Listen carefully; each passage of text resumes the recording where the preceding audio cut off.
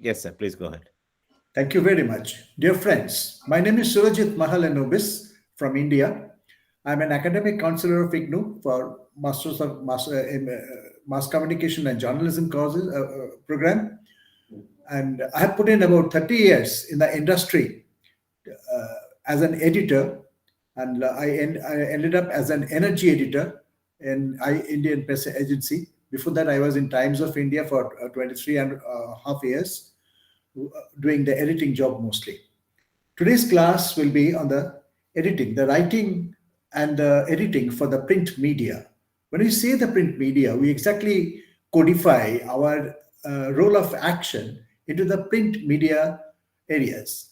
When you say print media, we actually do not ignore the audiovisual and the audio media also, because in any case, in audio and audiovisual media also, you have to have print first for your rehearsing before presentation, and of course you will get the teleprompter to give you the feed on your screen to speak out to the audience. Therefore print media has a larger connotation.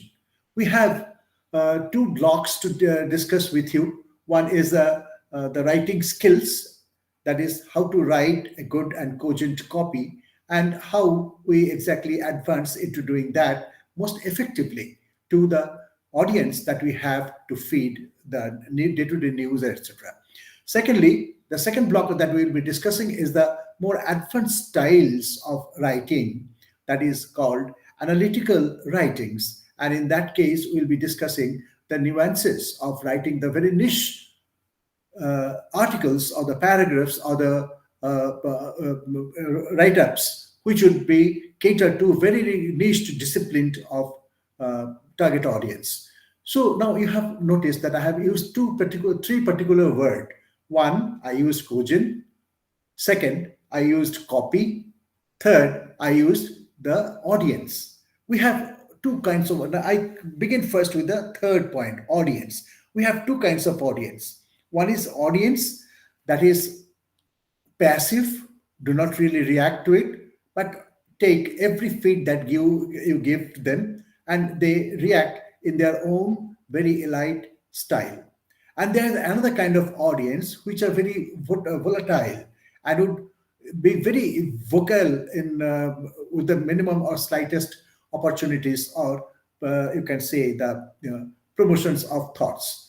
So we are not really very unprepared if we face the audience. So we have to be very, very prepared. I used another word, cogent. Cogency is something that makes you tell something purposefully, forcefully, which is action oriented, actionable, and which is evidence driven. When we say evidence driven, we actually mean that whatever we say or write must be well enough that we can prove if we are challenged about that writing. Therefore, evidence driven writing is a factor that makes it most sensible and responsible job for an editor. An editor who doesn't really care for the editor's evidence-driven article or the write-up to write or edit is actually no value in any news organization.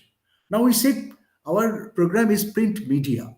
We said media, mind you, there are two areas of writing. One is armchair writing, when we write books for our short stories, novels, poems. We do not really cater them to the media units. But when we write for media, we are very specific that where exactly we are going to write for, and what exactly is going to our platform. And in this process of arrangements, we definitely do very niche studies and preparations, rather we call it a homework.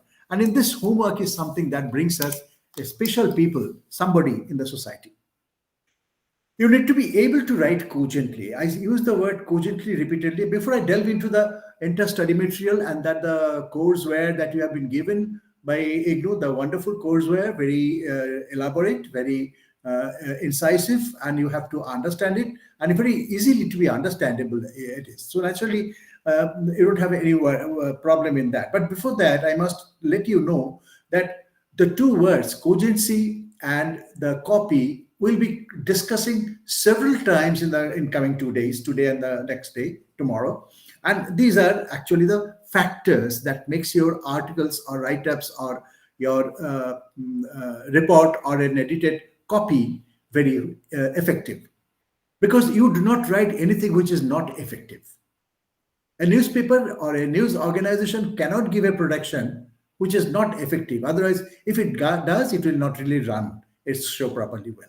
You need to be able to write cogently. That means what you write must appeal to reason and mind forcefully, strongly. What you write must be clearly expressed and be able to convince your reader. So you have a target reader, mind you, target audience. The target audience may be the newspaper characters. If a newspaper is for the general newspaper, it is for the entire nation's population, which is important. If it is a children's newspaper, the entire children world are the audience. If it is the feminine or a feminist newspaper or a newspaper for the feminine or the female issues, it is a different kind of a thing. So we have from India a Femina, that actually the readership is exclusively for the ladies, and they do and bring in the articles, the topics, the issues, which are very, very closely related to the ladies' interest, day-to-day interests. So you cannot really write cogently. If you cannot do that, you cannot create a good, acceptable copy. Because a good copy not only convinces with reason, it also creates sensibility and saleability. Now, mind you, I've used another word called saleability. What is saleability? Whatever you say must be accepted by people, must be understood by people, must be grasped by the people seriously. And that makes it a sold. You have sold it to your target audience. It is not necessary that it is selling in the market against some naira or a dollar or a piece of or a cent. You are selling the idea because it is being accepted by your target audience. So this saleability is a very important factor here. It also creates the a dissemination parameter, a degree that is creating your standard in dissemination parlance. When I say dissemination parlance, means how you deliver your product. Your product is the edited copy or edited expression over the radio or the TV, or edited version of a piece of an article or a news feature, etc. So I had spoken out these word copy several times. Now, what is a copy? We understand a copy. Can anybody, Buhari, can you tell me what is a copy? You are a smart banker. So you'll be able to tell me what is a copy. Buhari, am I audible to you? Please unmute yourself and tell. Emmanuel, can you tell me what is a copy? Sumish Sarkar, can you tell me what is a copy? Are you here in the class? I'm not getting any response from anybody. Yes, we are. Okay, Abdul, who is it? Mushin Ibrahim. Can you tell me what is a copy?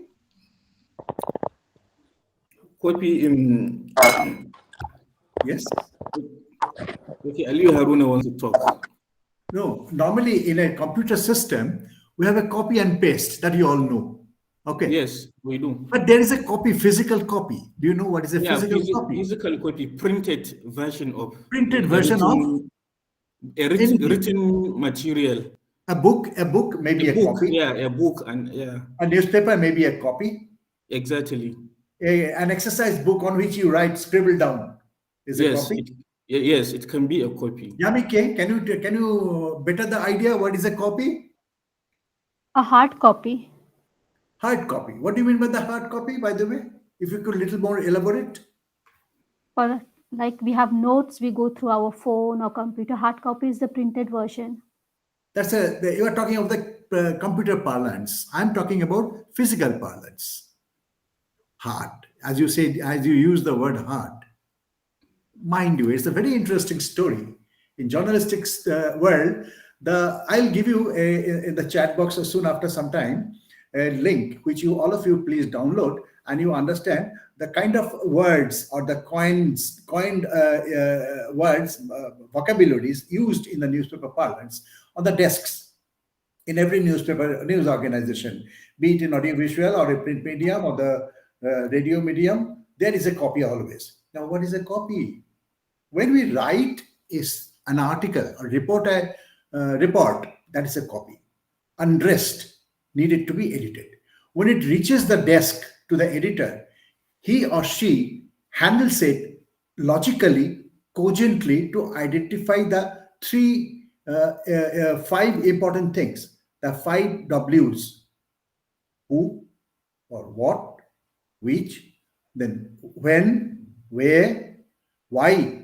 So these 5 things they immediately do, then they find out how. So when they make this 5 W and 1 H, it becomes a copy. But it is a copy until it is printed, mind you. Once it is printed, it is no longer a copy. It is a newspaper part. So copy is something which is unedited, unripe. And a simple news as one single column or a double column news is a copy. One page in which it is printed is the entire page is a copy. The entire newspaper is a copy until it is printed. The moment it is printed, you count the copy 1, 2, 3, 4, 5, 6, whoever 1,000 copies, 15 copies. How many copies circulated? 250,000 copies have been circulated. How many copies are you circulating to Namibia? Maybe it is 10 million times of India is being circulated to Namibia. So it's a kind of a copy. So a copy is one that is physically you can count. But the moment you talk copy in the journalistic parlance, it's a soft thing. It is under-edited, not yet fully finished. Once it is finished, it's a news item. Once it is finished and given to the press and published, it's a news item. When it is dressed in the newsroom and telecast or broadcast over the medium, electronic medium, it's a news. Before that, it is a copy. So copy doesn't have a plural sense. There is no copies in the condition. It is only copy. Whole newspaper is a copy. So therefore, the 5 W's and 1 H that you generally talk about is actually what makes a news item sense.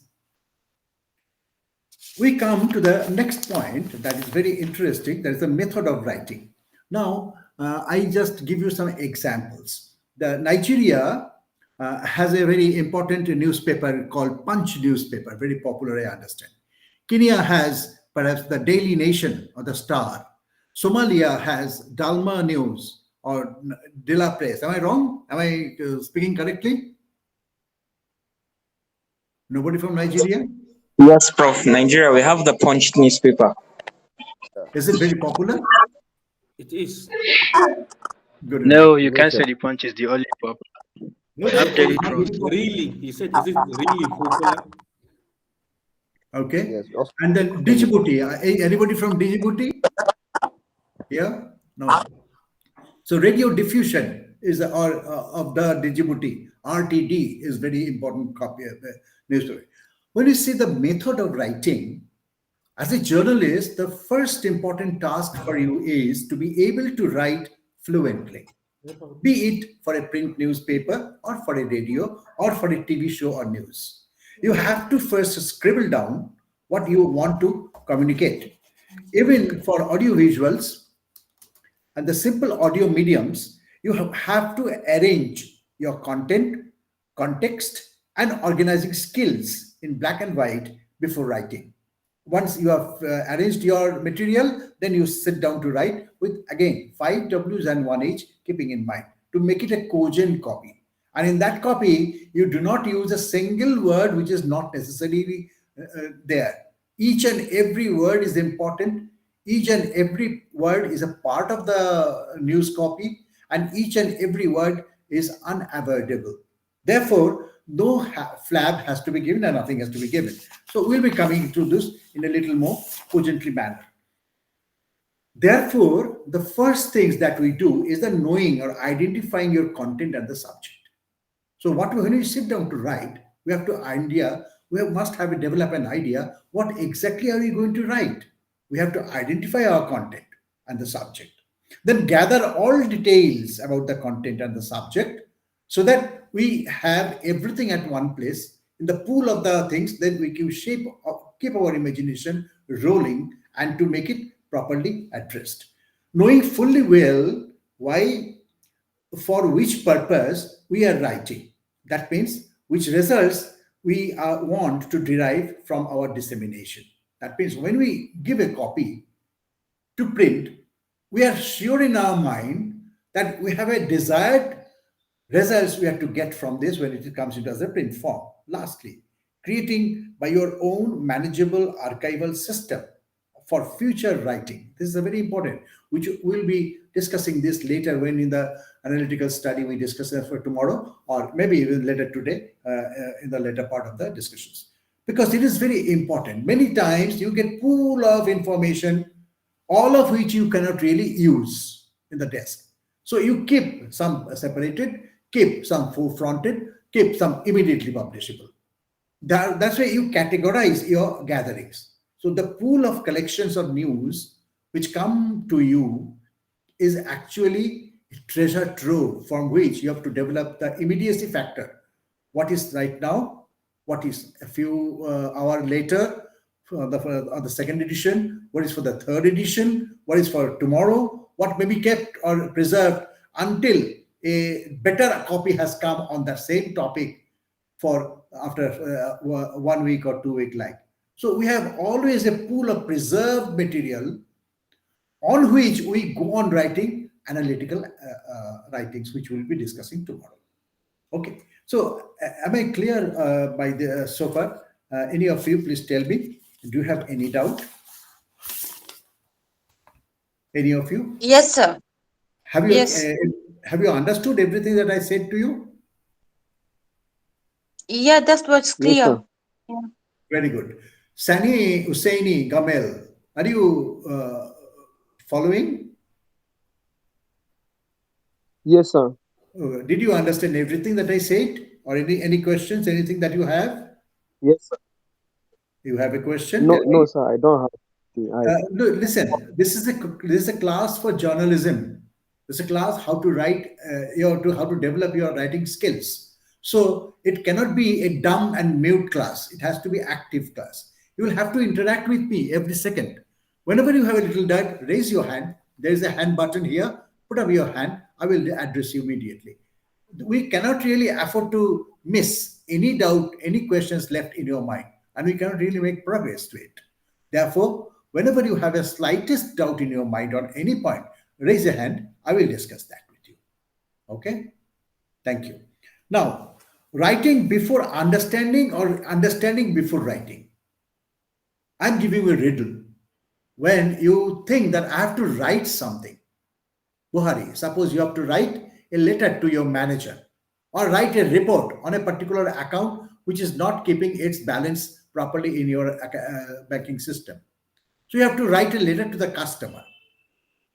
You understand the case before, or you write before you understanding, because you have a fluid idea that, well, a customer has to keep the balance in the account, and if he or she doesn't do, then we have to write back to him. So you go and write it like that. What do you do? Any idea? No. Well, for example, I give another example to you. You have to have a very clear understanding about before you write. Now, recently in Nigeria, the Naira 100, Naira 200, Naira 500, and Naira 1000 have been delegalized. That means what? Buhari? Except 100 naira, it's 200, 500, and 1,000 naira notes. Okay. So 200, 500, and 1000 naira have been. Yeah, like you said, Prof, it's been not legally illegalized, but rather it has been suspended as a legal tender. And the currencies, the denomination affected is 200, 500, and 1,000. But Correct. recently, the president has also given directive that the 200 should continue being illegal tender for the next 60 days. But 500 and 1,000 have ceased to be illegal tender. Fine. Now, when you get such a situation, what are the repercussions from the people? People get frustrated. They immediately rush to the banks, to the exchange houses, to all the places, and they try to exchange their money immediately with the new currency. But the new currency is not there. What they will do? They have a certain problem. Maybe the system is taking little time to deliver the new currency to replace that. So how do you write in that condition to your customer or to your clientele to make them understand, to have patience or gather the idea? So in that kind of writing, you have to do a lot of brainstorming. You have to identify the real issues that are really pricking the interests of your customers. Therefore, writing is not without understanding. Writing is always after understanding. Am I clear? Yes, sir. Yes. All of you? Yes. Anybody having doubt? No, no, sir. No doubt. Fine. So now the brainstorming. You have to do the brainstorming.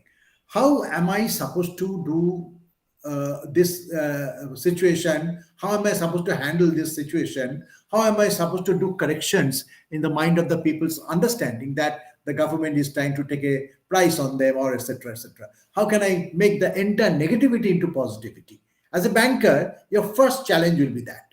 And when you do that, you write what? You write what? You create the idea of trust and faith. So therefore, brainstorming is a must. There may be a reason why suddenly the government has taken the step to delegalize the legal tenders, 3 legal tenders particularly. Maybe it is a mass smuggling. Maybe it was the counterfeiting. Maybe it was a piracy which is taking place. We do not know. It is the investigative agencies to look after that, and they have to tell us what exactly has happened. But what we know is that the currencies are not to be acceptable in the market for the exchange factors. And therefore, we have to have, the people have a lot of problems. Then what you have to write about understanding it, what you have to write is, first you understand the situations, the impact of it, the effect, how does it affect the people's interest, then you write. Your writing has to be very sensible, very responsible, very reasonable, and it cannot afford to have any slightest factor of doubt in the mind of the people who reads you. Am I clear? Yes, sir. Therefore, you have to write cogently. I told you the cogently. It is the forceful technical writing. Techniques of effective cogent writings are very interesting. There are a set of standard norms about good writing. You write lucid so much that even an 8-year-old boy who understands the alphabets can read it. It should be so lucid that even a man on the deathbed can browse through the news before dying. It has to be very crisp, preferably with a single subject, single predicate, and a transitive verb. You understand subject, predicate, and transitive verb? Definitely, I understand. All of you? Yes, I give you yes, we do. very good. I give an example. Now, just follow this 2-3 lines that I'm reading out to you.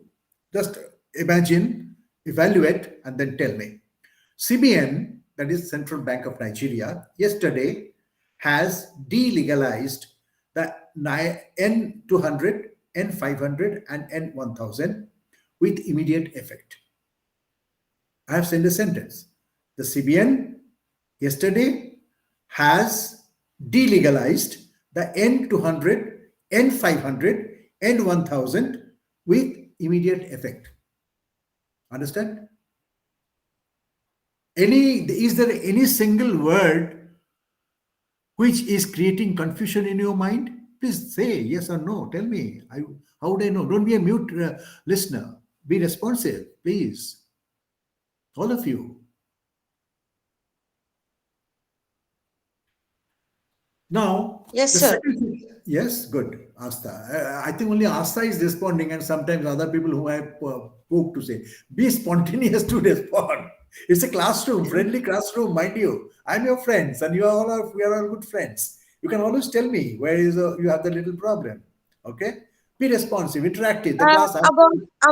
About what you just said, Yeah. I think we are all professionals in our sector about Yeah. writing techniques. I have never worked for a newspaper as such.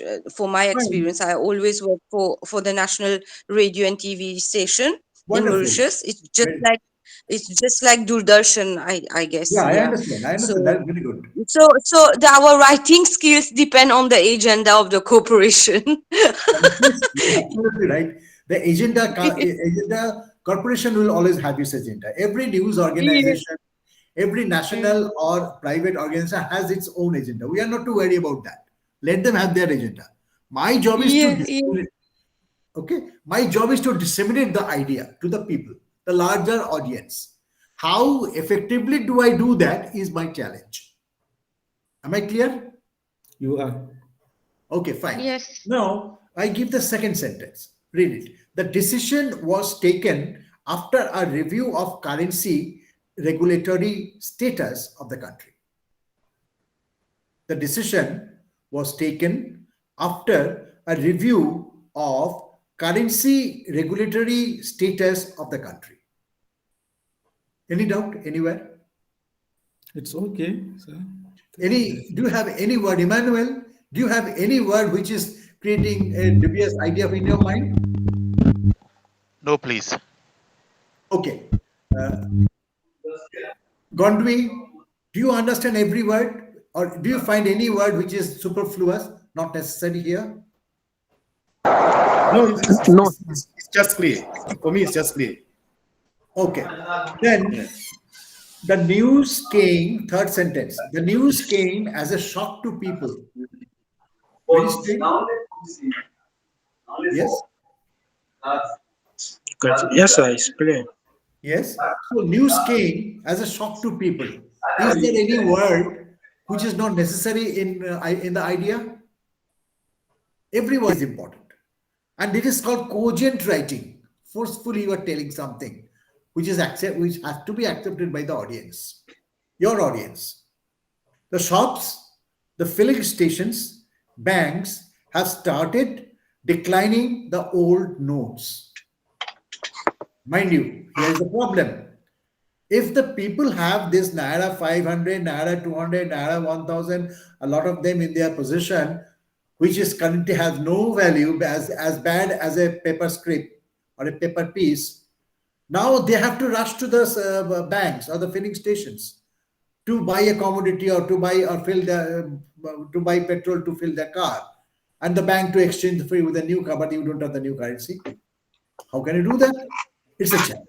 So here is the real challenge, which is your worry, which you have to cogently reflect, so that in your writing it should be reflecting enough to create an importance factor in the mind of the policymakers.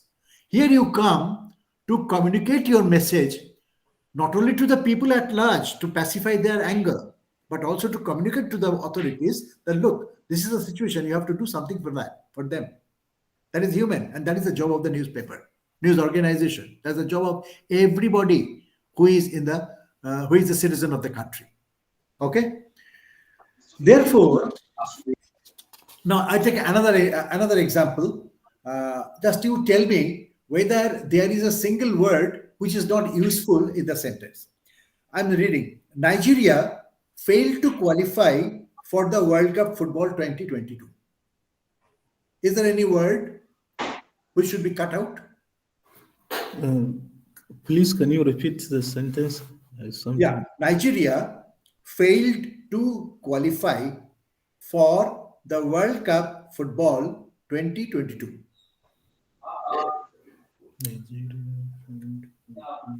Yes? Advice, tell me. Maybe the word failed. Why do you want to remove the word fails? I think you can say disqualified. Okay, you can say disqualified. But why not? If I say that, well, Nigeria did not play. Because every context has a required lingo, I think. Yeah, failed to qualify. I appreciate your point. Every context has its specific lingo. But mind you, Nigeria has failed is a fact. At the end of the day, Nigeria failed, isn't it? So what's the point of telling the spade a spade? Call it as a fail. Sunny, either you mute your mic or speak. Sunny. Yeah, he has just done that. So the You question say? is, yes, the question is whether you call the spade a spade. Why would you make it a different? Nigeria failed. Come on. Ghana played very well.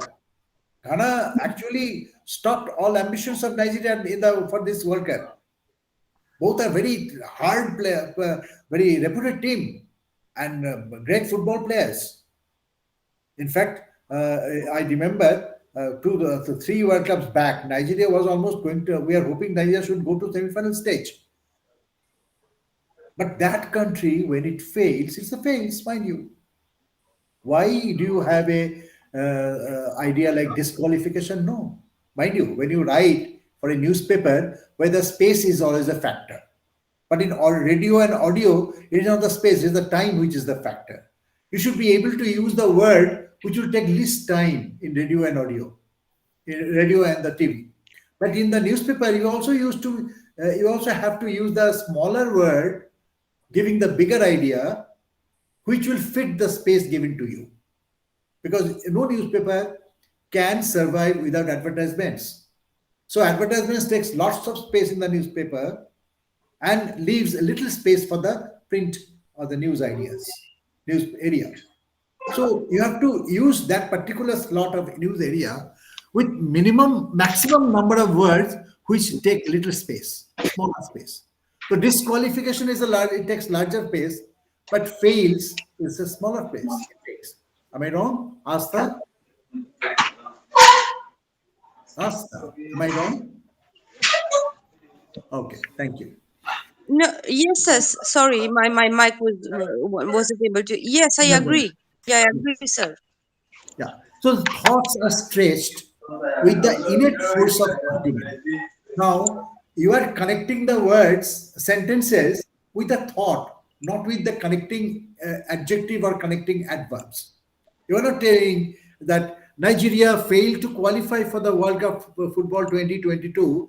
As a result of that, its qualifying games with Ghana, its qualifying games with Ghana proved a damn squib for its fortune in the cup. You are not stretching the word like that. You are telling simple talk. And when you are straightway coming to tell the qualifying games with Ghana was a damn squib, people understand what exactly you want to say. So using the minimum number of words but communicating maximum idea is the real skill of writing. Am I clear to you? So there are certain things that I must, before I actually jump into the writing skills details of your 4 particular nuances. Before I do that, the nuances are the methods of writing, beginning to write, organizing your writing, and the writing progress. I'm just giving you little niche ideas which you should always keep in mind before you study these aspects. First one, never commit a spelling error or a wrong diction or a grammar. When do we write a diction? Anybody who can tell me? When do we write a diction? Choice of words. It's diction. No, exactly. Anybody who can better the idea? Pardon? Diction. What do you mean by diction? And when do we use the word diction? Abdullah, yes? Diction is a choice of words. No. Tell me a little more idea. Who can still better the idea? Emmanuel? You mean? Depending on the situation, what we write. Oh, you mean Diction is register? exactly what we Register. write. Little more idea. It's like addressing an issue the right way, I guess. How it is, right? Well, all of you are very close to the idea that diction is a grammar of poetry. It's like I don't know if I'm right. Like look for specific words or short sentences that are stronger than Well, no, You know, not exactly then that. an entire sentence maybe. Yeah, that is in prose, but not in poetry. Now, I told you, diction is the grammar of poetry. I give you an example. Twinkle, twinkle, little star, how I wonder what you are. Have you heard it? Yes. All of Yes. you? Yes, All of of you? Yeah. course. Yeah. In your Yes. kiddie days, right? Now, Yeah. what is the diction? Twinkle, twinkle, little star, how I wonder what you are. It is gelling. The sound, the consonants, sonants is gelling and dropping with the next sound, and it's creating a musical lilt. And when it creates a musical lilt, it's a diction. Am I clear? Okay. Yes. But Okay. But sir, if for example now I decided, let's say, to have a particular style of writing, what do you call that one? we call it good grammar or a sensible grammar. But wrong Okay. diction or a good wrong grammar will always make your reader annoyed or angry. Avoid clauses. When you write a sentence, avoid the clauses, noun clause, adjective clause, adverbial clause. Do not do that. Because clauses not only take time and stretch the sentence, it makes in the between, it eradicates the meaning and you fail to catch the real meaning. A particular sentence that, say, for example, Muhsin wanted to go to the bank, which was very close to his house, and that house is a little about 2 kilometers away from the bank where he wanted to go, but could not really reach. The whole idea is Mohsen wanted to go to the bank but could not reach. But before these two ideas, completing the idea, total idea, is being disturbed by which, where, what, etc. Do not do that. Make a sentence straight. Subject, predicate, transitive verb. And follow the next point. That will automatically be carried. The thought will be carried to the next sentence. No point of, as a result of which, conversely, exactly, actually. Well, everything is actual. You are telling, it is not non-actual. What you are telling is actual. It is not. So what is the point of telling it actually? So actually, if you see that all these connecting adverbs or connecting adjectives or connective pronouns taken separately do not have any meaning. And you think that I'm really making the sentences continued. No, it is not. It is disturbing. What continues is a thought, and that is intelligence. So write to inform, not to impress. Do not use bombastic word, hardcore words. No, never. Write simple, very, very simple. The great poets are always simple writers. He also serves who only stand and wait. Who said that? Anybody who can tell me? He also serves who only stands and waits. Milton said in Paradise Lost. And what did he say? He said, the man is not, or the human is not essentially reaching the God. He's waiting, serving the common people, and is waiting for the God. So he also serves who stands and waits. How much depth, the entire thought have been capsuled into so much of intensity to tell a very common thing. And this common thing is actually what makes your written piece a marvelous piece. Excuse me.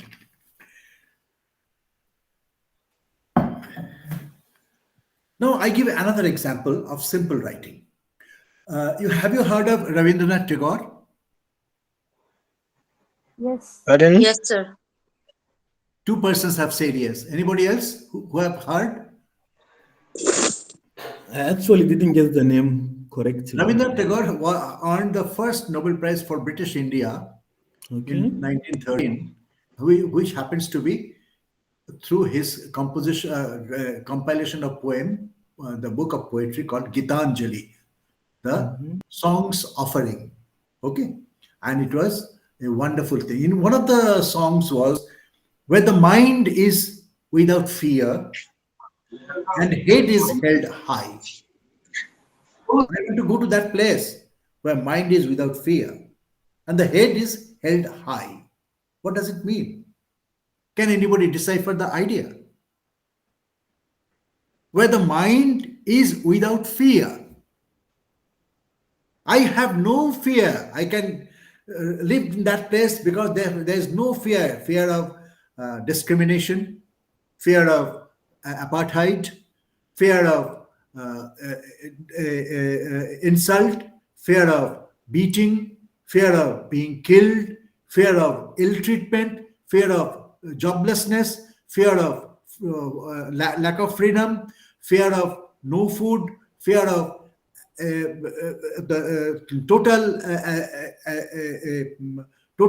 avoidance of the necessities of my necessities by the authorities. I do not want to go there.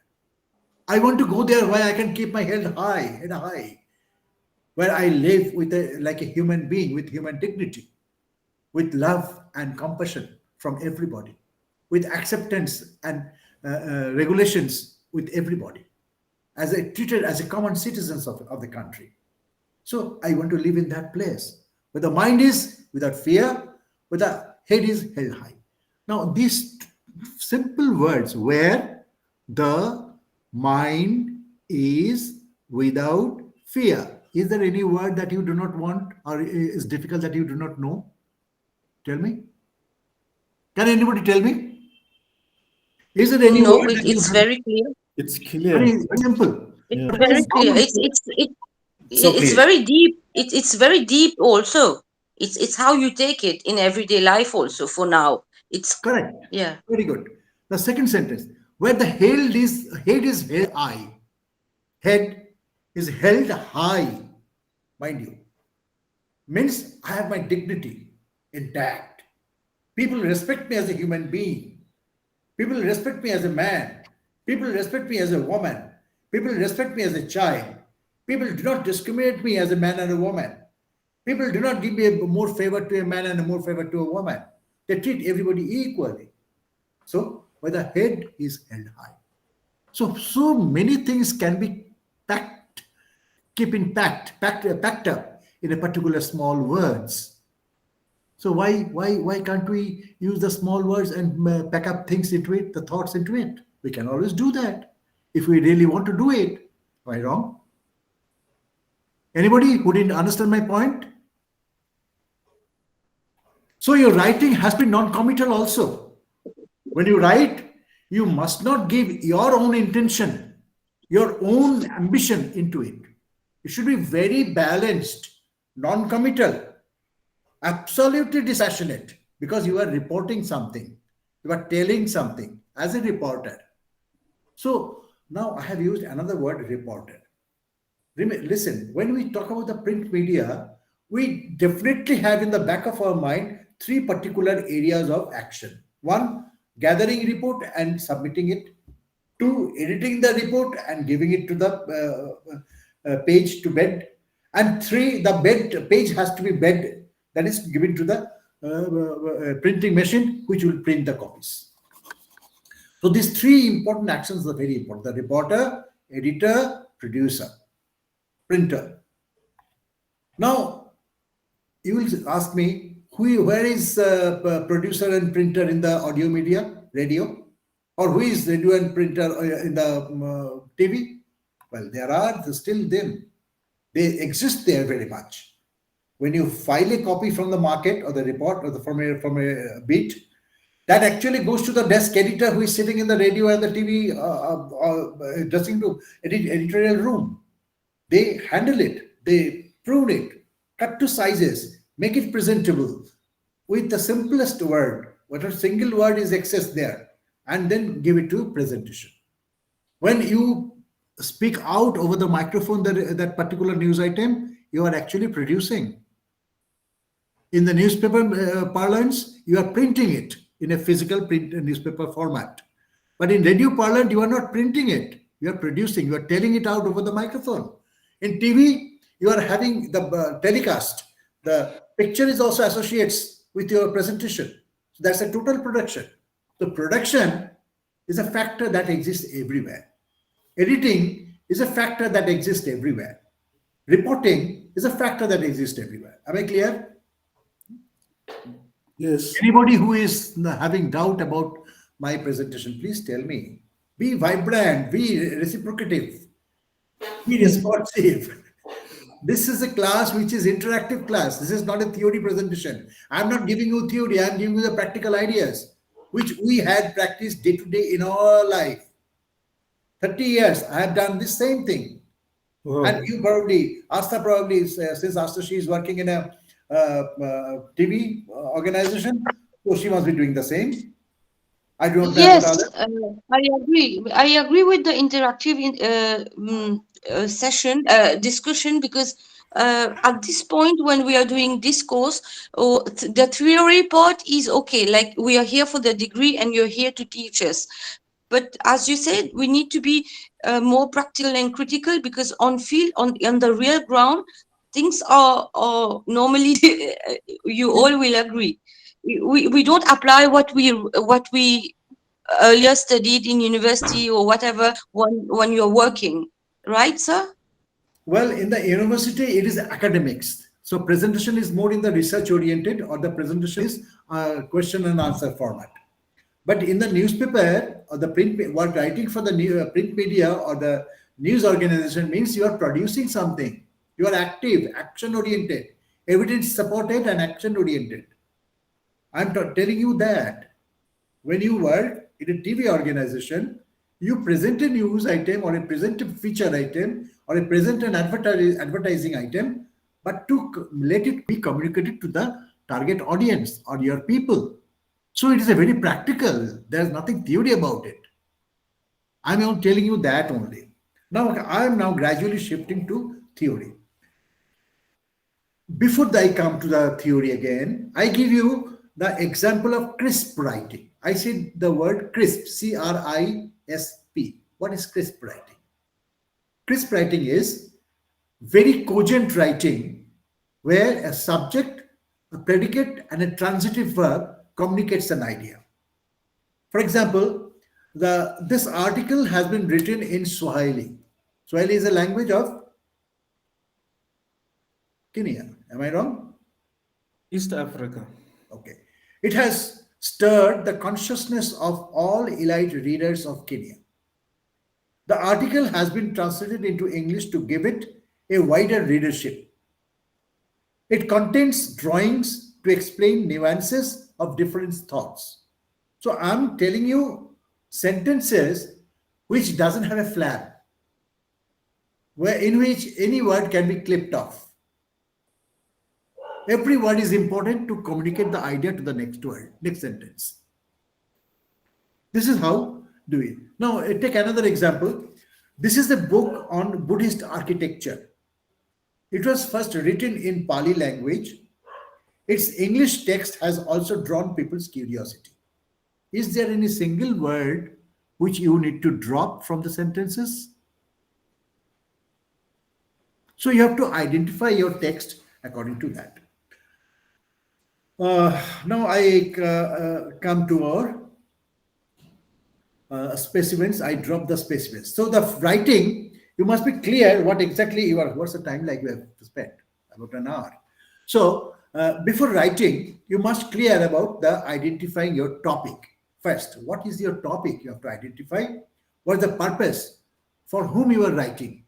Which purpose you want to derive from writing after it has been used or consumed? When a piece of writing is read by somebody or it is acted upon by somebody, it is understood to have been consumed. Am I clear? You are. Yes. Okay. When you consume it, means you have read it or you have used it. So your purpose has to be identified. Your subject matter must be identified. Your reader, your target audience only want to know what is your topic, what's your purpose, and what is your subject. Second stage is gathering information. How do you gather information? Throughout the world, around you, in all surroundings, you have many kinds of things are happening every other day. There are umpteen numbers, innumerable numbers, and you cannot really manage every day from those pools what exactly are required by you for that particular day, for that particular moment. As I told you in the beginning, to have many material together, you cull them for today's immediacy, then 6 hours immediacy, then 1 day's immediacy, then 1 week's, then 1 month. That's how you progress. That's how you manage your immediacy factor.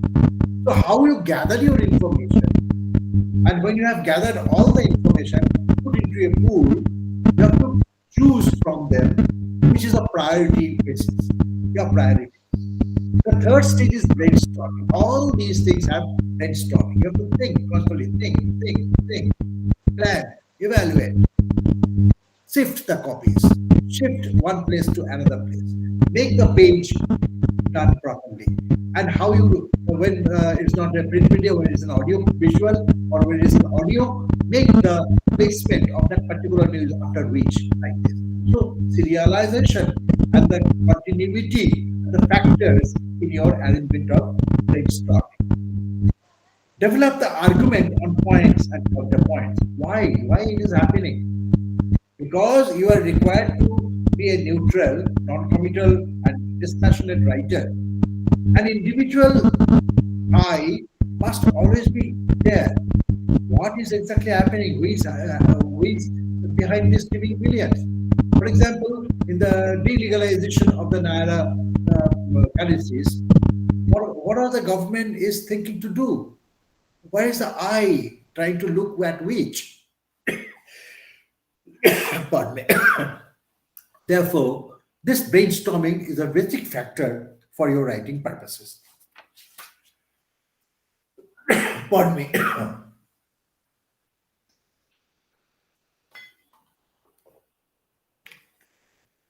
There is an issue tree given by your study material. Have you seen the issue tree? The issue tree is a very interesting issue tree. It tells you, suppose an annual award function is happening. So you create a tree of that.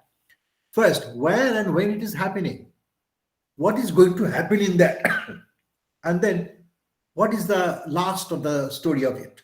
So you have to identify where and when, the location, the date, the time. Suppose one of your TV show is at a particular marriage, very big shots, children's marriage. Now there you have to go and make a focus, maybe a multi-billionaire, like somebody like Elon Musk or the Mukesh Ambani in India. So like that, when you make a choice there, when you go to focus it, how do you do it? You first identify where it is happening and when it is happening. That's the most important factor. Second, the location, date, and the time. Third is what exactly is going to happen in the event. Apart from the marriage, there are so many other things are happening. Many dignitaries are coming, making business deals are being happening in the sideline of the entire show. So you have to keep a watch on all that. Then program. What program? Who is the chief guest? Is inaugurating the ceremony, or what is happening? So all these things you have to keep in mind. The tree gives you the prioritized action, so you can easily create your action without any hassles. So this tree is very important for all of you. Therefore, your purpose to identify is the most important factor. Now, what are the things that you asked or instructed or advised by or suggested to write? Suppose you are working in a newspaper organization and your editor asks you to go to certain street and where an accident has taken place, and you have to make a report of that. So what do? You have to go to the place. You have to just follow what your editor has asked you and advised you. Make enter notes. Take all the news, important, unimportant, superficial, connected, not connected, absolutely not related. Take everything in your picture, in your camera, if you are a TV reporter, or in your scribble book, if you are a print reporter, or in your scribble book, if you are an audio reporter. Then develop your prioritized point, immediacy factor, which is important right now, important after 5 hours, after 1 day, 1 week, sort of things. So you develop a persuasive piece out of all this, the persuasive, cogent report about all this. And this particular report will be presented tomorrow's newspaper or tomorrow's telecast or tomorrow's broadcast. And the same will be stretched and elaborated and analyzed with the legal aspects given to it, will be deliberated into the feature form, maybe in the magazine or in the same newspaper's feature, the weekly feature. And this way it goes on. So develop the steps according to your assigned priorities and purpose. Am I clear? Am I clear, my dear? Yes, sir. You're Yes, not sir. telling. Yeah. Hey, why don't you open your videos? I'm opening my videos. Why can't you come out? So that I know that you are in the class. You are not out of the class. In Do a you bit, mind? sir, in a bit. When I reach home in a bit, I'll do that. All of you, please open your videos so that I understand that you are in the class. I'm not speaking extempore to an audience, unseen audience. Let me speak to the seen audience, right? Sani has done it. Very good. Thank you, Sani. Buhari, you should open. Musain, you should open. Others, Yami, Emmanuel, Sumi, Asta, all of you open your videos. Let's discuss. Let us have interactive opportunities to go. See, the point is journalism is not done in a secluded manner. It is done in an interactive manner every day. You are meeting your friends, you are meeting your colleagues, you are meeting your bosses, you are meeting your superiors, you are meeting your seniors, and all of them are putting in their ideas. Mind you, journalism is never happened in seclusion. It always happened in gathering. Your seclusion comes when you sit down to write. There you think everything what has happened, the purpose, the stages, the brainstorming, the gathering. All this happen when you exactly sit down to do it. So when you do that, you are actually developing your mindset much before that through gathering, to people's interactions, day-to-day interactions, minute-by-minute interactions, in the job interactions, across the table interactions are very, very important factor to produce a very good journalistic piece of a copy. Am I clear to you, all of you? Please tell. Be friendly. We are good friends. Come on. Okay. The fifth and the highly important question before aspect of writing is, who is our audience? We have to identify our audience. Now, mind you, when we are writing a news item, our audience is the general people in the whole country. But when we are writing a particular piece on a banking system, our audience is general people, true. But the specific audience are those people who are involved in the banking system, the elites. And top of that, more important among them are those who have a tendency to flout the banking norms or banking rules. So they are also equally target audience. They are also watching you. They are also reading you. They are also, because they want to take precautions against arrests, against action against them because of the malified activities. So your report actually at the same time invigorates and makes people actionable. So because your report is evidence-based, so it is making things actionable. I told you these two words in the beginning, mind you. Do not forget. Evidence-based and actionable. Once it is evidence-based, it is actionable. The authorities will catch hold of the man who is flouting the banking norm. The man is worried, terrified. So he reads you with tension. Authorities read you because they know that this man has already said, so it's time for us to action. Authorities will love you because you have done something for the nation's interest, for the cause of your country, for the cause of your countrymen, of fellow people. So your report is most important factor, and you have to identify who is your audience. If it's a feature, it may add up to many more things, which at that point of time you may not have been able to invest or write, but you will definitely do it later on. So you have your kitty box, a preservation box, where you keep certain materials always preserved and never handle that until an occasion comes to write a feature on this similar kind of situations. Suppose I give an example. I did not read one story which I want to read here.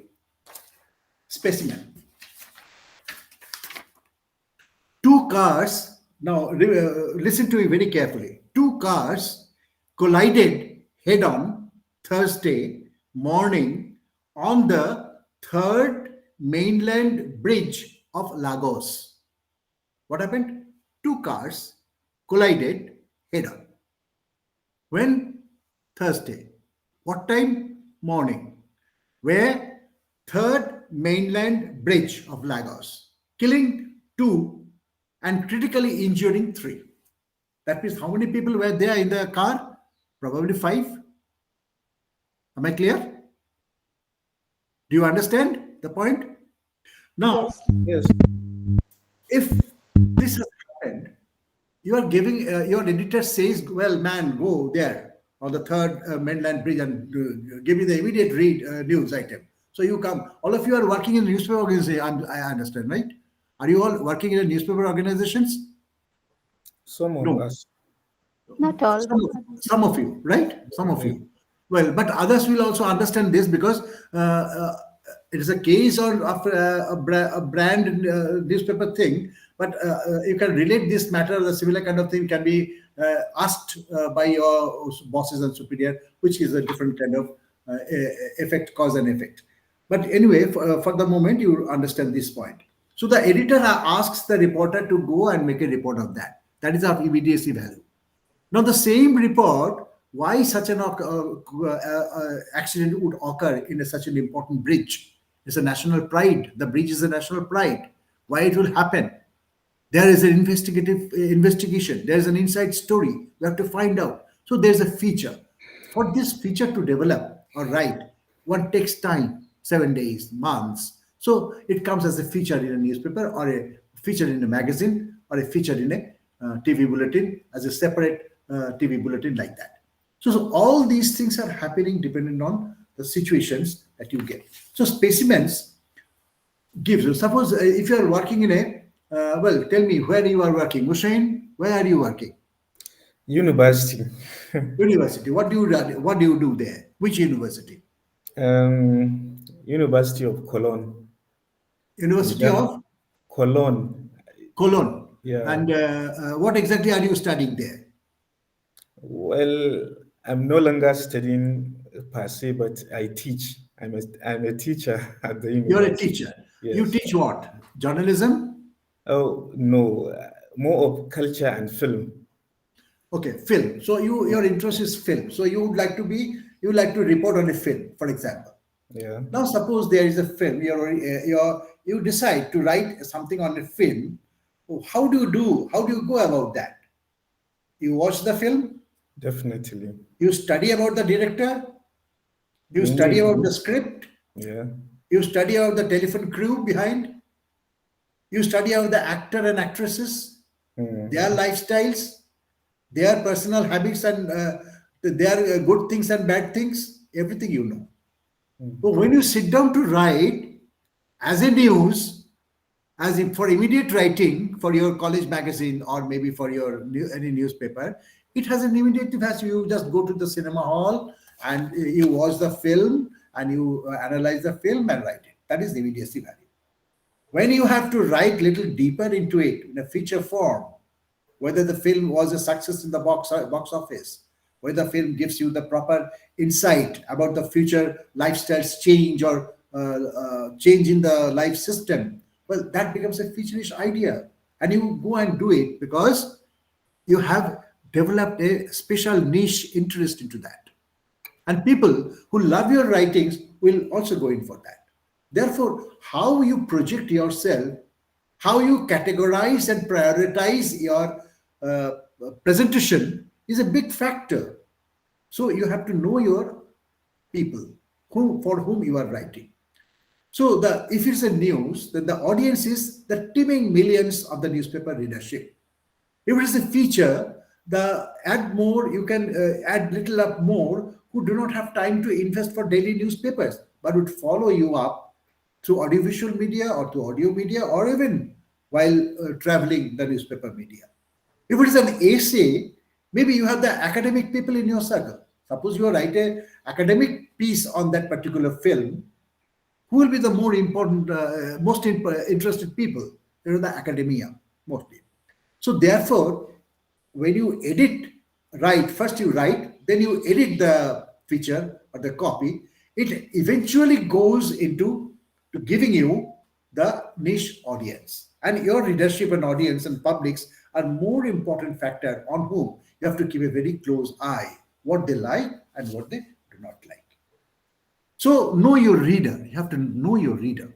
Reader must be known. You must be able to understand them properly well.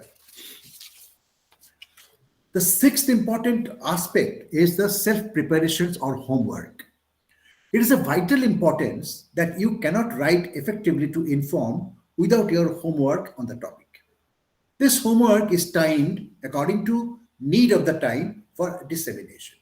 Now I ask a questions on Elaine Apio. What exactly do you do? May I know? Okay.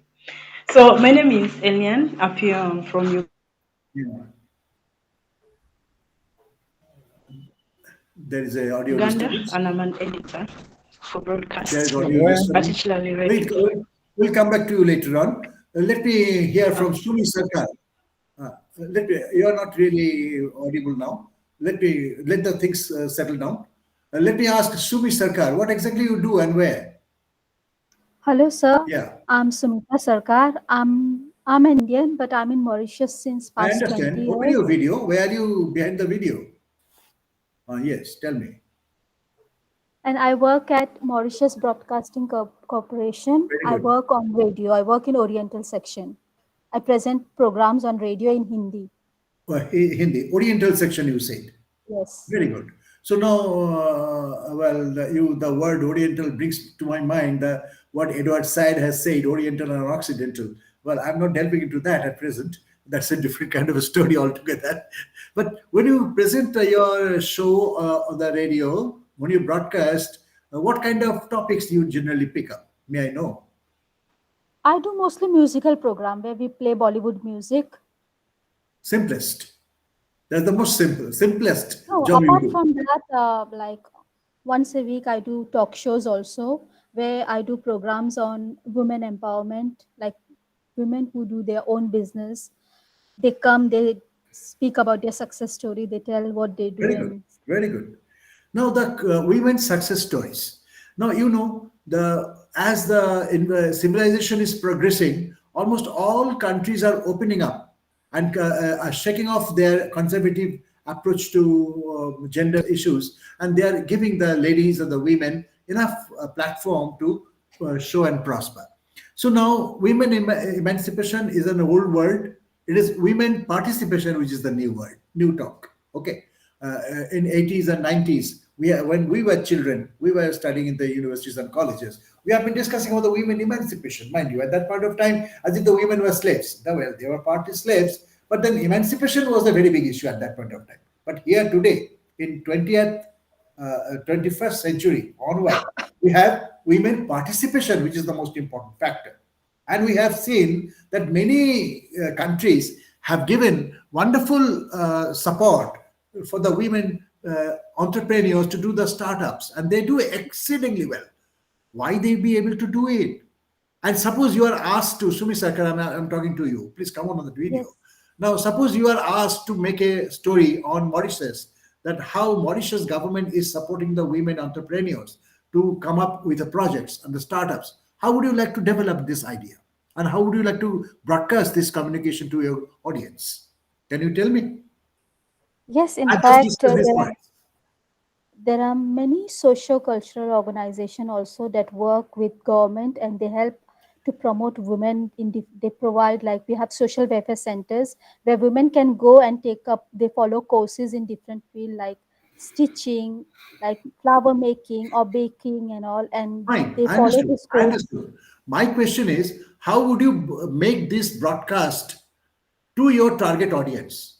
And how effectively would you like to do this? Okay, so I would choose somebody from the organization who provide this course. They can speak about the services they provide. Apart from that, I would interview some of them who have following the course and what they're benefiting and how they have started their business and now where they have reached in this way. Correct. Would you not like to make them a sort of a spectacle of success stories, one by two, one by one by one, and eventually you will enlarge your audience graph? Would you not do that? And how would you do that? Maybe I can take ladies who have developed their business in different field from where they have started and from now where they have reached. They would like to come and talk about themselves, how they started, in what situation So they what will be your homework? Self preparation. Yeah, maybe I'll go and meet them and speak to them, see what they are doing Would you not exactly. study about them? Yes. Yes, you have to study about them first. That is your basic homework. Read more about them, the locality, the people, the tribe they belong to, the caste they belong to, the tendencies, the history of their suppression, the history of their opening up, the history of their promotion. So, all this you have to read first. That is your basic homework. Then you go and meet people and talk about on these lines. Thereafter, you develop your niche idea how you present the case. Another important aspect of the homework is when you have to meet and write upon as under a compulsion to file a report. There, the factor of immediacy comes into the picture. Astha, can you tell me, since you are working in a TV organization, how this factor of immediacy creates a tension in your mind when you have to present a telecast? When you have to Can you telecast please repeat? Can you please repeat the question, sir? I Sorry. would like to know how would you like to do your preparation about a topic which your editor has asked you to do and telecast? What is your homework? Take What any is my example. homework? What is my homework when I'm given a subject to do? Like I'm a reporter. I'm a senior news editor for TV and radio. Like I work for the news only. I don't do. I'm not into. I do only news, like reporting, and I'm Very a good. news anchor also. I present. What So is your when homework? I'm giving something to do, it depends on the context. If we're giving, suppose I take example of like Indian investors coming to invest in Mauritius through through Africa, and Mauritius is a platform for Correct. between India and Africa. So what I'll do to do the report.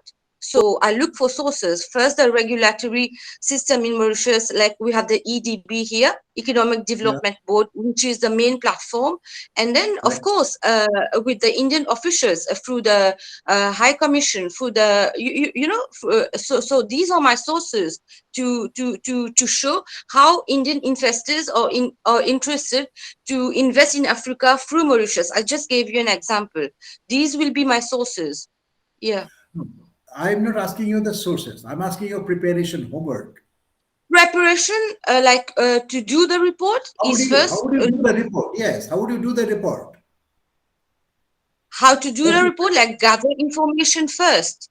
how? Gather Exactly. information first. That's exactly I want to know. How would you gather information? Gathering information is a basic factor of reports, mind you. Without this, you From the cannot make it. people, from the officials first, from the authorities. It There depends are on the context. there are three trails. It is called three trails. One, Yeah. paper trail. One, second, people trail. And third, your observation. Three things are Yeah. most important factor. First, you have to study and read about the people, about the Indian entrepreneurs coming to Mauritius to make Mauritius the gateway to African investments, etc. Yeah.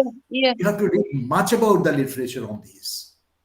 The Yeah. entrepreneurs who are coming, number one, the platform they are going to develop in Mauritius, number two, Mauritius government's policies and their acceptance or rejections, choices on priorities, number three, how it can spread across from Mauritius to the deeper part of the African continent is number 4. So you have to study, make them paper trail.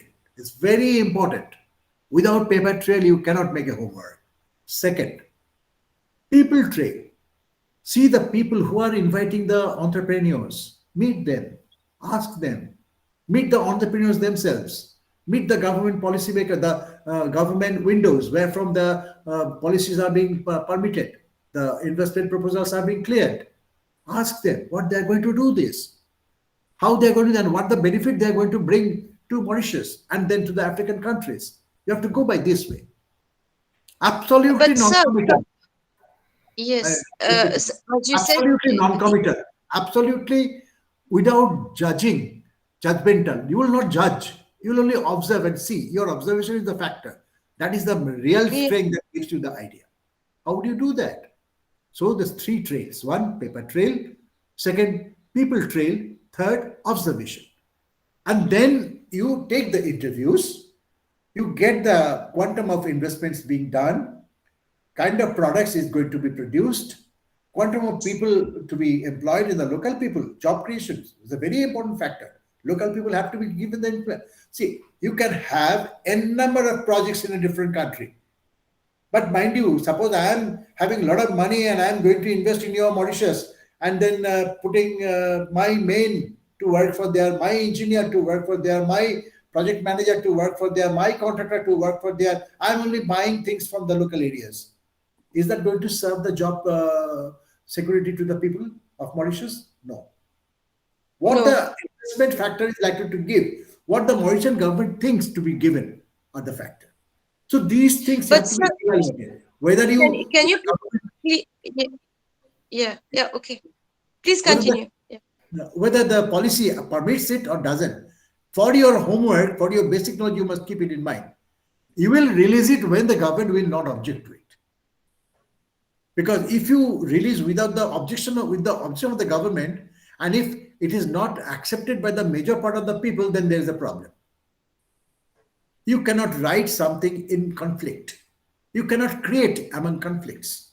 You have to create among understanding, homogeneity. Am I clear?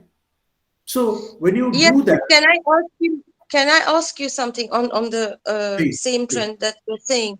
When we just took an example because we are on an African platform, so I spoke about that example of investment through Africa and all, so that we all can relate, because our colleagues here must know that Mauritius is a platform for Asia and all.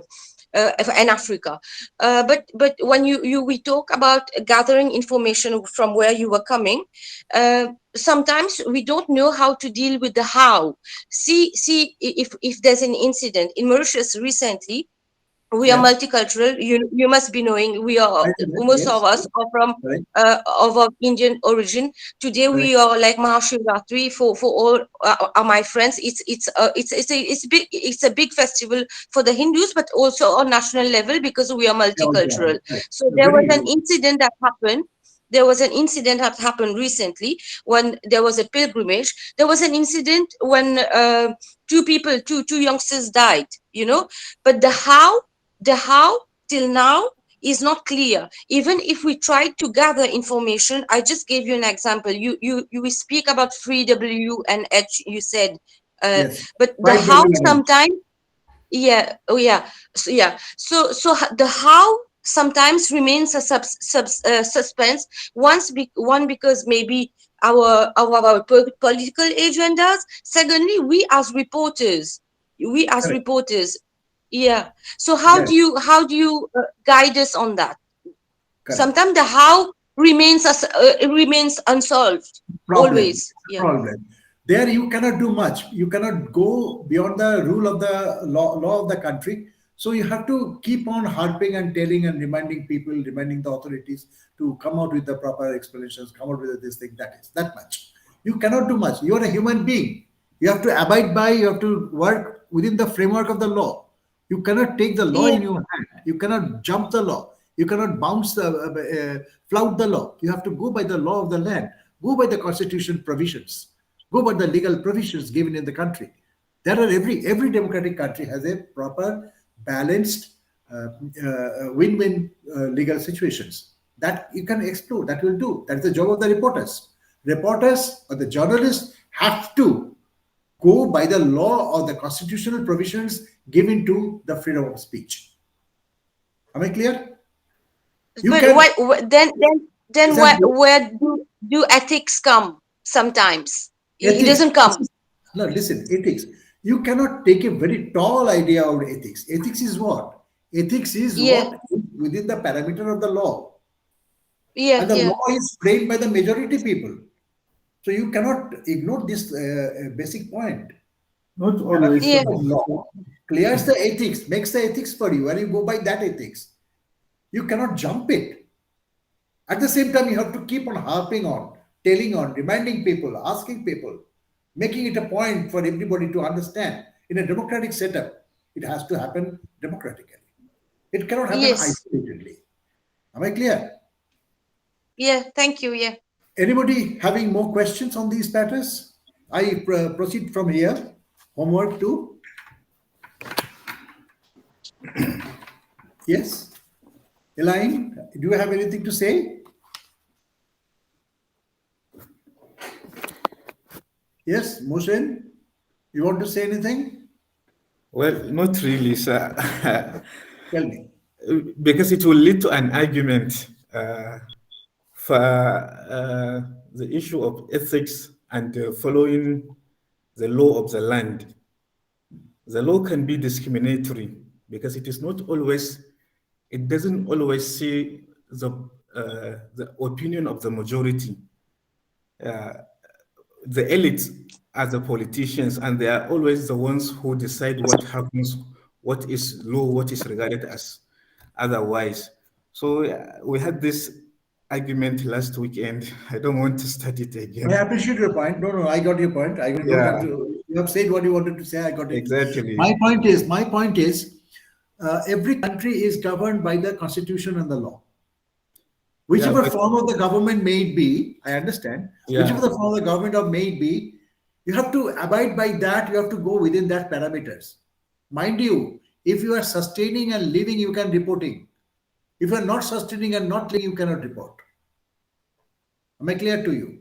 Yeah. So you have to sustain the situation and work within the framework, the parameters. And it's a very ticklish game, mind you. The journalists and the reporters, the editors are doing a challenging job every day, everywhere in the whole world. Yeah. It's a challenging job, but we have to do within the framework of the country system. And that is actually your ethics. Every newspaper, when you enter the house, a news organization will give you an ethics chart, an ethics paper. I do not know whether Astha or other people have got it, or Sumi or other people have got it. But when I was working in Times of India, I was given one full page telling about the journalistic ethics, what I am supposed to do, what I am supposed not to do. This is very important. Since you are an employee, you have to abide by that. Otherwise, you cannot do.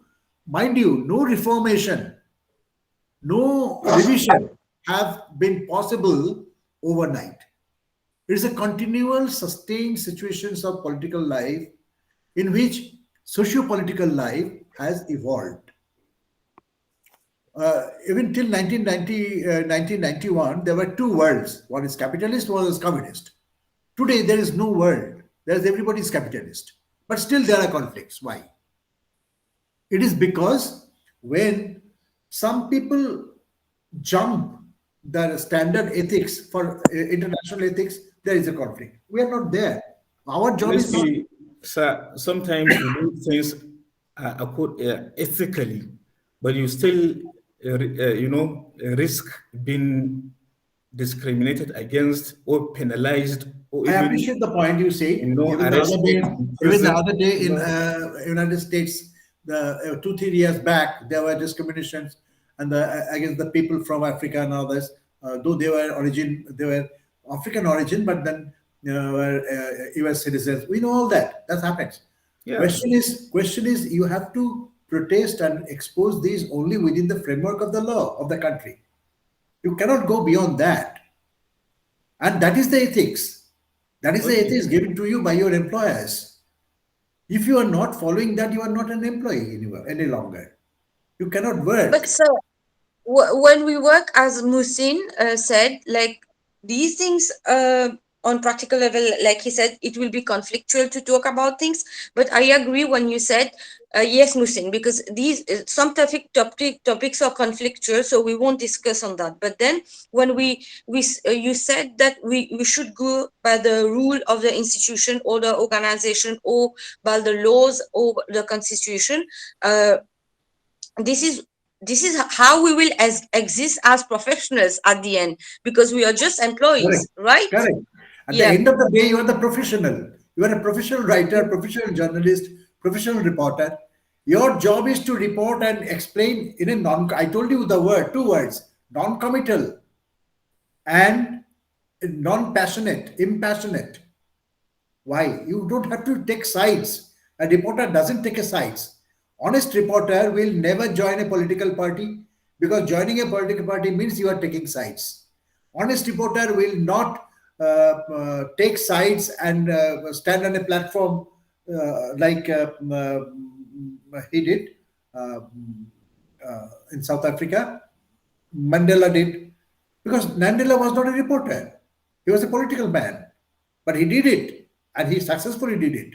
When you have people behind you, you can do this, but that's a political action. That's not a journalistic action.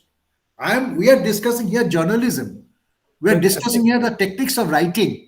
When we write, we must make it point that we are not taking sides. We are for writing example, non-committal. sorry to cut you short, exposing corruption in a government Exclusing. I'm coming to the institution, for point. Exclusive example, after some time. is that taking a side or not? Yes. In the one of the But what I want to say, Musin, is like it depends where you work. Like you said, you want to voice out. Maybe your platform of voicing out is more liberal. You have more freedom to do that, because when you work, like I work for a government TV and radio, we work under the Prime Minister office. Even our director is appointed by the Prime Minister. Just imagine. So we have our boundaries. So Correct. it depends on which I platform you are. give another instance. Yeah, I understand. We all protect our jobs, but sometimes we, as there's this popular saying by one philosopher. You are first to protect your job, to remain there to report. Yes, Otherwise, yes. what's the point of your existing? Unfortunately, Am I clear to you? Listen, I give another Yeah. example. You have China, a conservative governance system. We do not know what exactly happening in China. People are not liberal. There are press working only for Chinese government. How many of Chinese people are being reflected in their reports? Did you ever find Globe, Chinese, what is that, Globe Times, etc.? But they are still surviving. They are doing. Do you think that everybody in China, all reporters and editors in China are happy? But they have to do within the system. You cannot go beyond it. But I think we need to be. Time is a great healer, mind you. Time is a We need great to healer. I appreciate the point. Yeah, there's this popular saying by one philosopher, I can't recall his name. He said, if the world is against the truth, I am against the world. So if my government is against the truth, I am against the government. That is, your report. We really work for the people, not for the government. Correct. Now here are two things. Suppose your government is against the truth. Now, which truth you are talking about? The truth. I know it is subjective. Listen the point. Truth enshrined by the law of the land. If the truth is enshrined by the law of the land, and that truth is flouted by the government, then there are the legal system to start off against the government. Nobody can stop you. But your job as a reporter is to only expose that the government has done these mistakes, and these are the laws which have been flouted. Your job is finished, mind you. You are not a political leader or a protester or a political activist to take up the flag and say, come on, down with the government. No, you cannot do that. Your job is to expose with evidence driven. I told you in the beginning, evidence driven, which is actionable, on which the judiciary of the country will take action. That is your job. That is your ethics. Am I clear to you, all of you? Any doubt? Any question, Elaine? Musin, I just want to tell Musin, if you'll do that, you'll be the first one to be out of the game. So just do your job and And get that's your And pay, if you're out and of the get game, and if you're out of the and game, get you're your not therefore. get your pay end of the month and do whatever they tell you. This is what we have put in our mind since so many years. Because if So, you will go against the wave, you will be the first one out of the game. Better so the question do what. is, So, you have to, Yeah. as I told you in the beginning, you have to write cogently, which is evidence-driven, actionable. Second round, I told you, your copy must be non-committal, mistake-free, without bias, absolutely persuasive, cogent.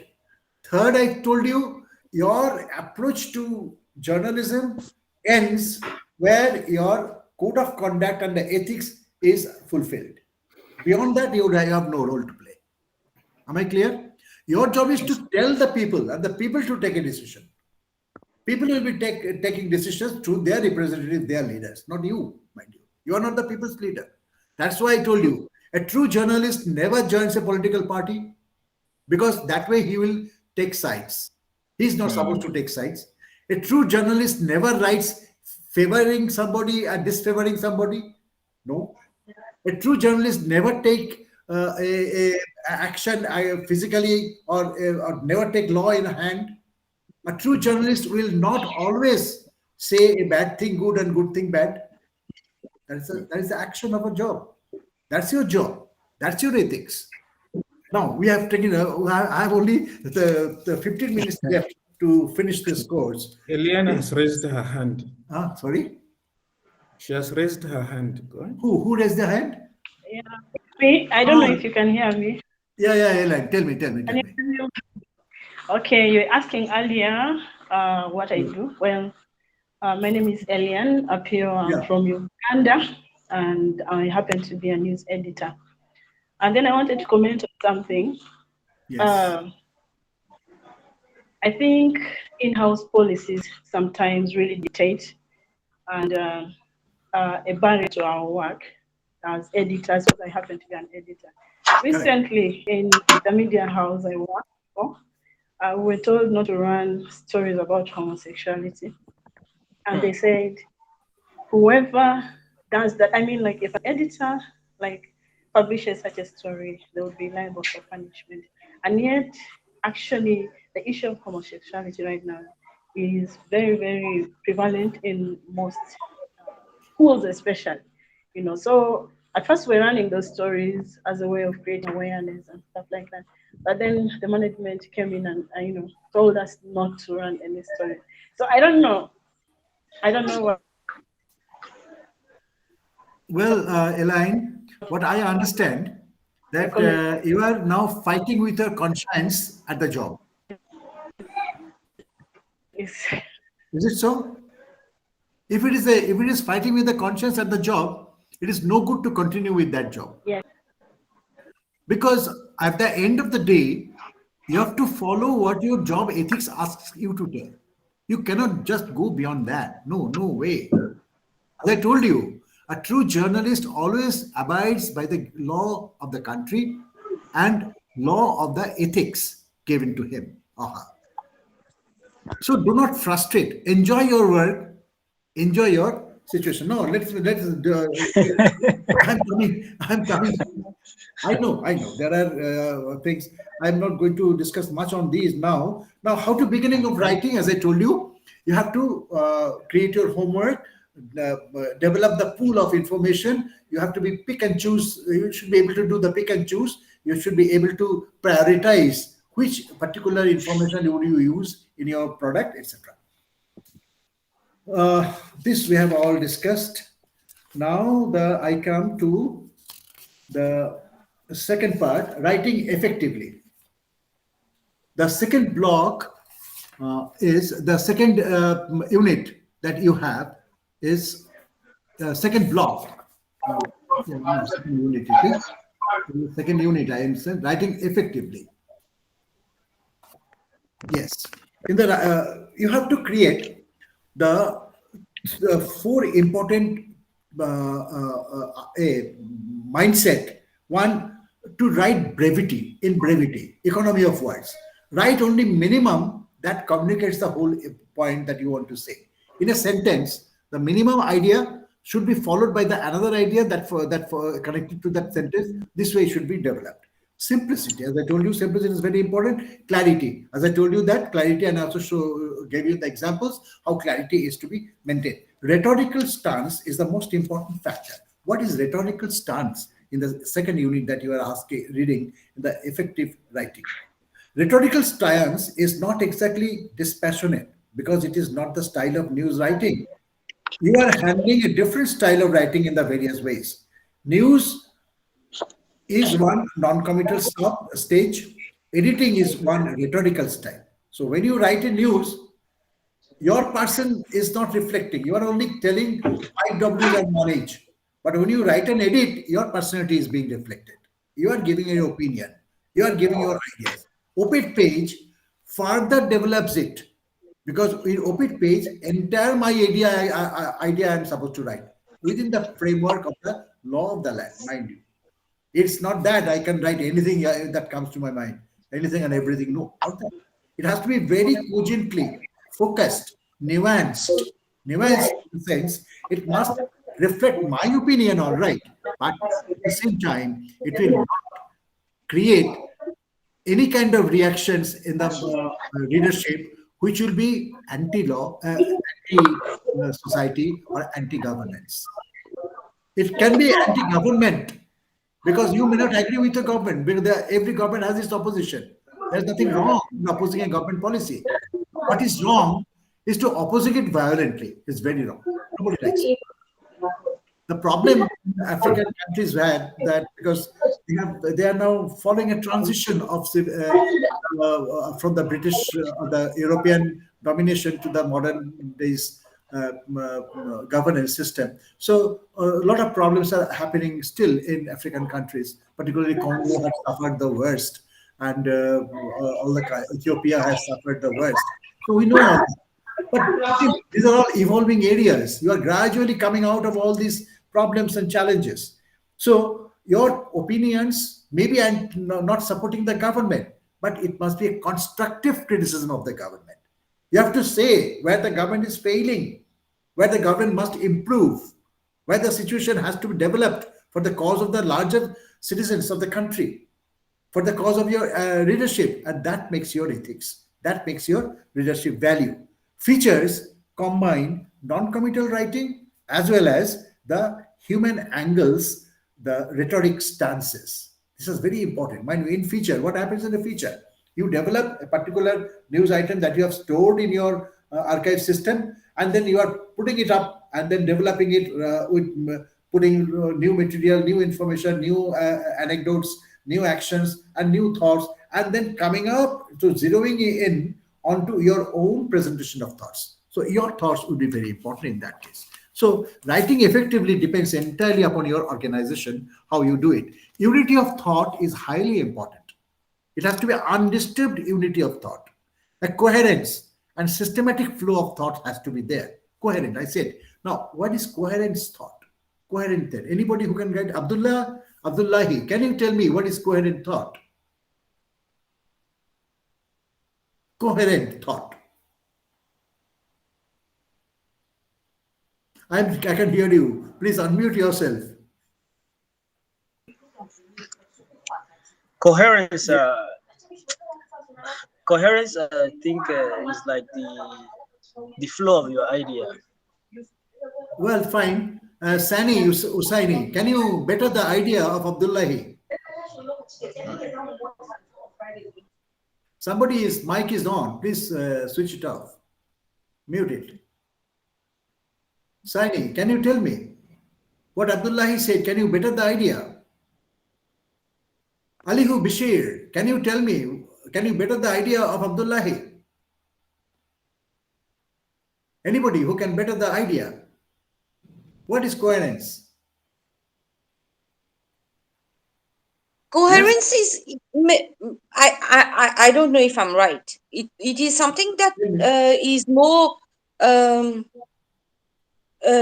planned and sensible I Correct. guess. Yeah. Yeah. Elaine, can you still better the idea of Asta?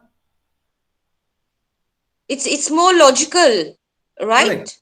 Correct. Yeah. But Elaine, can you still better the idea coherence? Coherence of thought. Like coherence is like when we support No. some. Now, Asta, let Elaine tell. Let her be given the chance. Yes, Elaine, tell me. I think it's an argument or set of ideas. Fine. All ideas are set of ideas. Come on, there is no other point. What is coherence? Sumi Sarkar, can you tell me what is coherence? A well-planned Emmanuel? idea. Yeah, A well-planned idea. well-planned idea. That is coherence. Aliyu? Logical, comprehensive. Aliyu or Emmanuel? Tell me, Aliyu. What is coherence? Our idea, coherence of thought.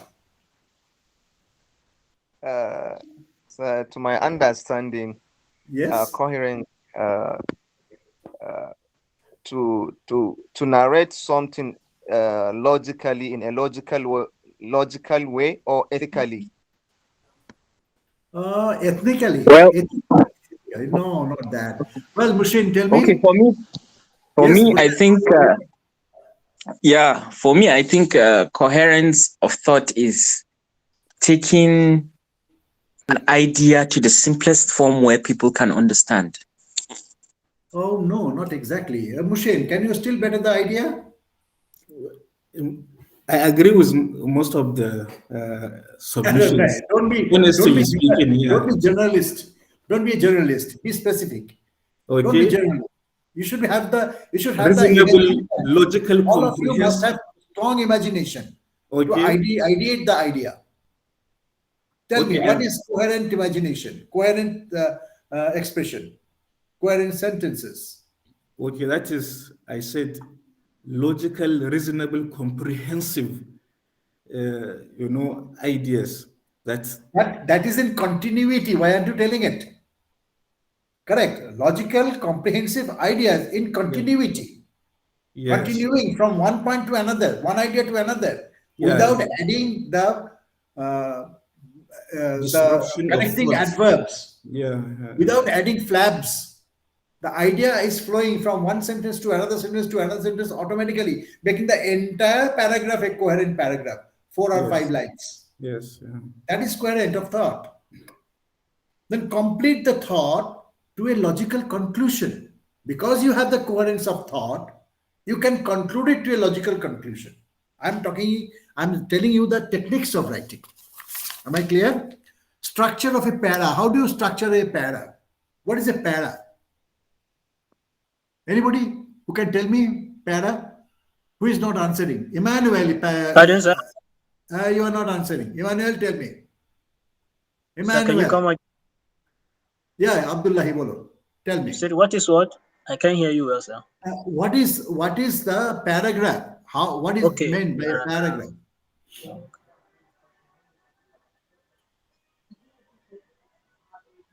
You have just answered, mind you. You have just answered.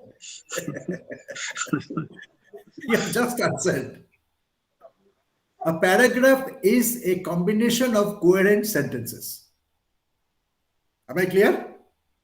A paragraph is a combination of coherent sentences.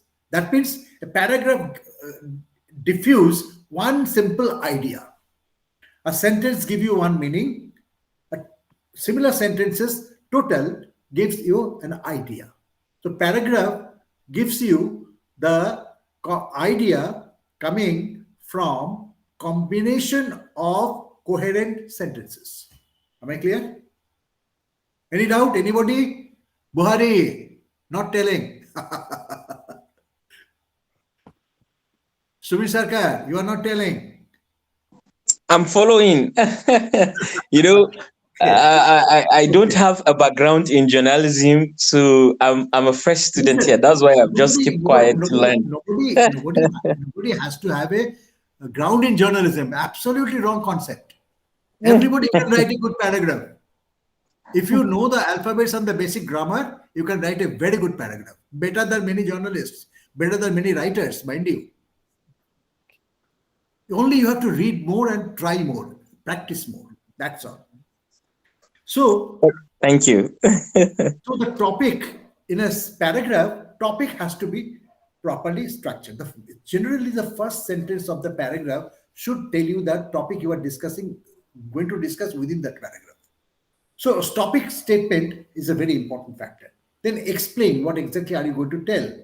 Then exemplify it. If I tell that Naira, the government of Nigeria has delegalized the Naira, the three currencies, I have made the topic statement clear. Okay. The people are running to the filling, etc., are coming out frustrated because the old notes are not being accepted, is explaining the controlling idea. Because the decision of the government, Reserve Bank of Nigeria, has created this kind of repercussion immediately, because the government was yet to get the supply of the new notes as yet at that point of particular filling stations. So people were not, or in the banks, so people are not getting it, so they could not pay. So this is actually the controlling idea, and you are exemplifying it. How it happens, the transition, ideas goes into logical understanding. Okay, so you write your paragraphs according to all this design. Style, the most important factor is that how you write style. Everybody has a style. You are a human being, you have your own thoughts. Buhari has a human being, he has his own thoughts and ideas. Asta is a anchor, she has her own thoughts and ideas. Elaine has got her own thoughts and ideas. Abdullahi has own thoughts and ideas. So everybody has different kind of mindset and the personality, which creates a style.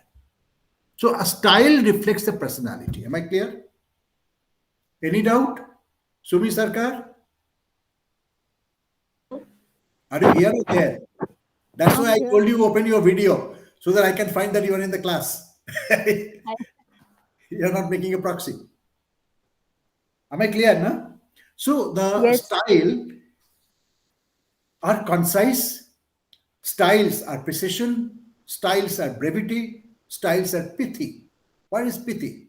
One sentence, one transitive verb, one simple predicate. Pithy. Continue that with the next sentence, third sentence, fourth sentence, fifth sentence in the same paragraph. Plain and unpretended. Mind you, you are not writing to impress. You are writing to inform.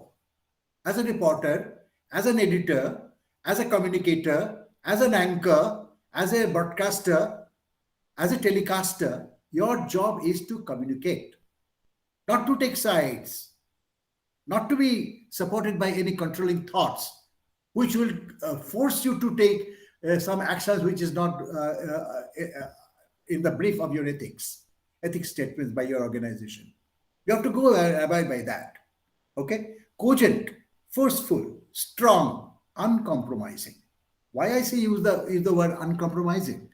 Because what you are writing within the parameters of ethics statement, you are within your rights to write. Nobody can object to that.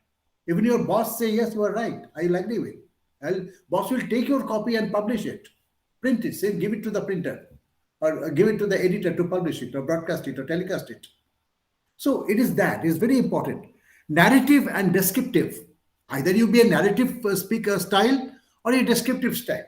You may go to a particular place, say, what's the great fall in Niagara? Niagara Fall, isn't it?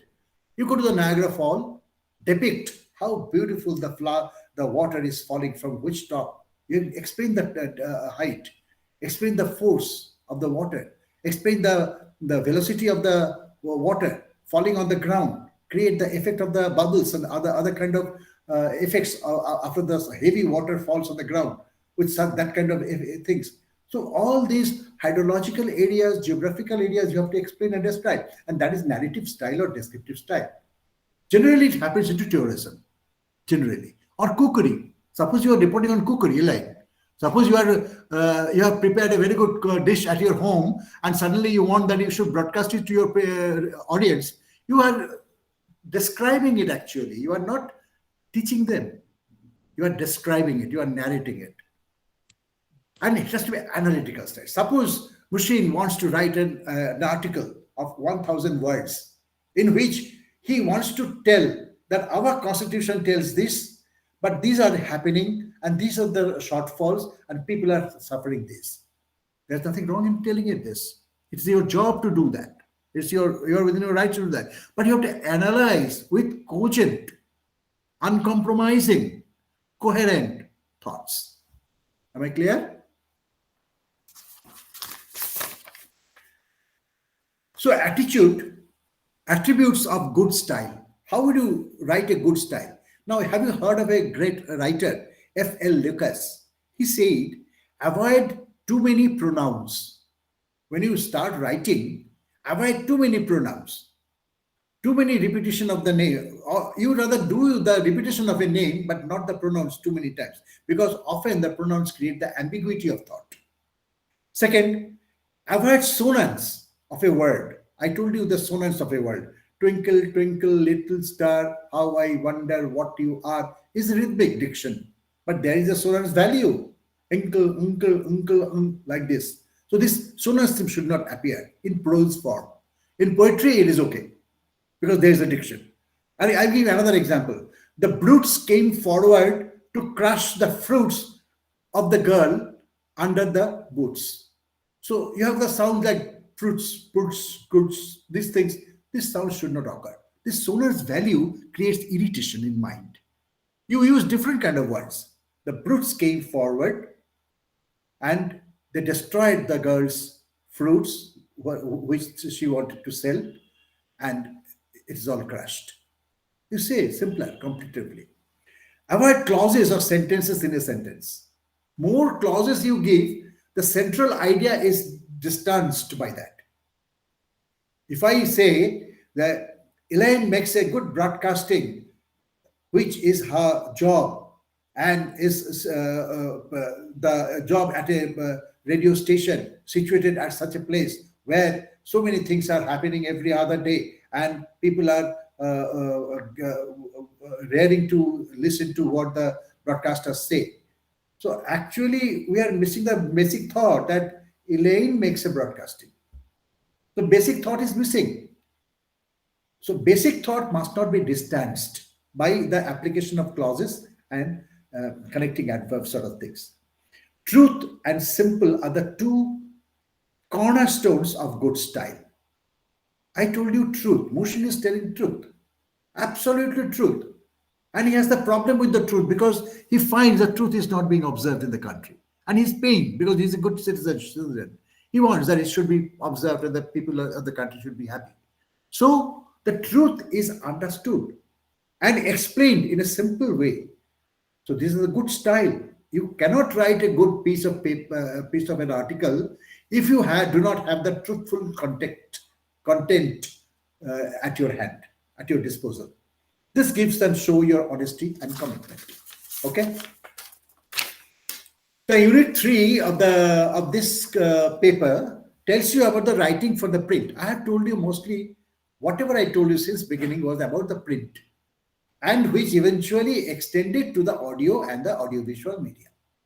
Now there is a new media. Do you remember? Do you know there is a new media? Who can tell me which are the new media? Sumi Sarkar, can you tell me which are the new media today? Social media. Tell me, explain. Come out on the video, please, all of you. I don't want the behind the scene talkers. Behind the curtain talkers. I want the talkers should be facing me and to speak. I take the bull by horns, mind you. I'm a different nut. Yes, Buhari, you are still behind the curtain. Sumi, tell me. Yes, social media, like we have many different platforms, YouTube, Instagram and all. YouTube, Instagram, Facebook, Twitter, and you are not telling him the most popular, WhatsApp. Yes. You create news out of them. Now, what happens, till in the 18th century, the editor was the supreme. He was feared even by the king. In the 19th century, editor became the equally dreaded. He was feared by the presidents of all countries. In 20th century, editors' rights have been diminished to bare minimum, but still he is feared by the people in authority and the employees. In 21st century, editors are ignored. Why? Because editors are so rigid in selecting and rejecting a copy. I discussed copy. Don't ask me what is copy. No, that people have decided to take up to express themselves in the social media. So no editor is required for a Facebook statement. No editor is required for a Twitter statement. No gateway. Editors are called as the gatekeepers. Gatekeepers are no longer required. Why? Because you can express your ideas, mind you. Who the hell are you to stop me expressing my ideas? So editors have little job at present. But still, the newspaper organizations, radio stations, the TV organizations have the editors in place. Why? Because they have to look after the interest of the organization they serve. At the same time, they have to streamline and organize the news flow or the information flow or the media flow through their institutions in a synchronized, cogent, coherent manner.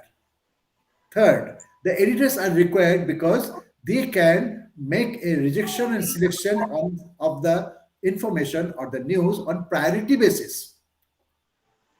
Mustafa, you had been away from the thing. I saw you for the first time. It is almost I'm closing the class now. Class is going to end up by 5 o'clock. Any questions? Anybody? So writing for the print is a very important factor. Now there are most important factor in the print that many of you already know perhaps is hard news and the soft news. What is hard news and what is soft news? Can anybody tell me? Buhari, can you tell me what is the hard news in your banking system? Buhari, tell me the hard news in your banking system. Well, you mean hard news for me, in my own layman view, it could be maybe bulletins that we print. No. You tell me identify the hard news in economic field, in the banking field. Okay, so Naira redesign is one of the things that is maybe circulating now. A lot of papers are carrying it. Please, those who are not speaking, keep your microphone muted.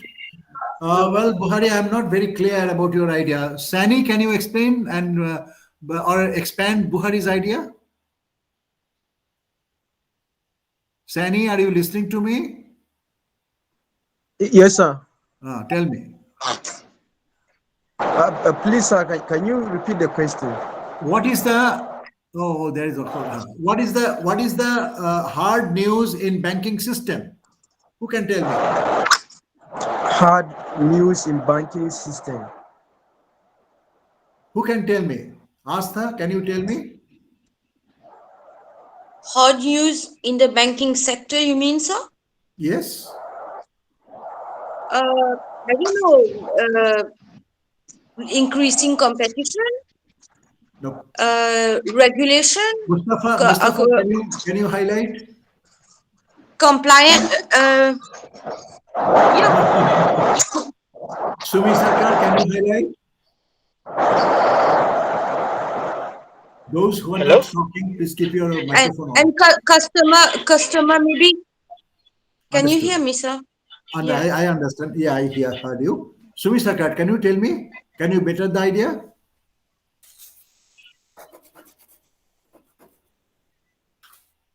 No? Yes, Abdullahi, can you better the idea? What is hard news in banking sector? The hard news in banking sector are the changes of the repo rate.